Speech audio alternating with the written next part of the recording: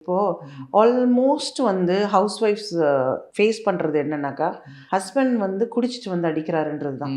இது வந்து உயர்மட்ட லெவல்லேருந்து ரொம்ப இந்த கீழ்மட்ட லெவல் வரைக்கும், அதாவது ஒரு வீடு வீடாக போய் வேலை பார்க்குறவங்களா இருந்தாலும் சரி, ஒரு மிடில் கிளாஸ் ஃபேமிலியாக இருந்தாலும் சரி, அப்பர் மிடில் கிளாஸ் இல்லை ரிச் ஃபேமிலி எதுவாக இருந்தாலும் ரூமுக்குள்ளே அந்த இதெல்லாம் நடக்கும் இல்லையா?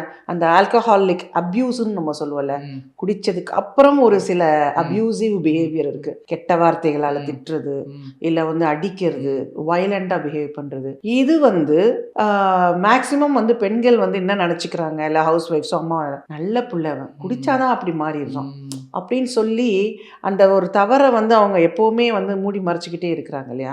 இது வந்து ஒரு இக்னோரன்ஸ் சொல்கிறீங்களா நீங்கள் வந்து?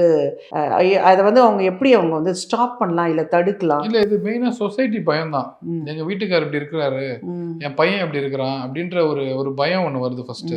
ரெண்டாவது என்னன்னா, இந்த பக்கத்தில் இருக்கவங்க என்ன பண்ணுறாங்க, இந்த மாதிரி சென்டர்னு சேர்க்குறோன்னு சொன்னாலே ஒரு பயம் கொடுத்துட்றாங்க. ஓகே, இங்கே எத்தனையோ பேர் அட்மிஷன் போட்டு 2 நாள் கழிச்சுலாம் வந்துருவாங்க. சார் அவங்களை அடிச்சிட போறீங்க சார், நீங்கள் வந்து அதை கேட்பேன், நான் என்னங்க இது சர்வலன்ஸ் கேமரா 24.7 ஓடுது, அவரை நான் அப்படி அடிச்சு இல்லை நாங்கள் என்ன பண்ணி நாங்கள் என்ன செய்ய போகிறோம் அவர்? இது ஃபேமிலி என்ன நினைக்கிறாங்க பாருங்க, சிம்பிள் தான். இப்போ ஒரு நல்லா குடிச்சிட்டே இருப்பாங்க, சடனாக இருந்துருவாங்க, ஒன்றுமே இல்லை. ஒரு நாள் வந்து ஒரு ஃபோன் வருது, பேஷண்ட்டை கூட்டு வரணும்னு ஃபோன் பண்ணுறாங்க, வண்டி எடுத்து கிளம்புறதுக்குள்ள ஒரு சூசைட் பண்ணிக்கிட்டாரு.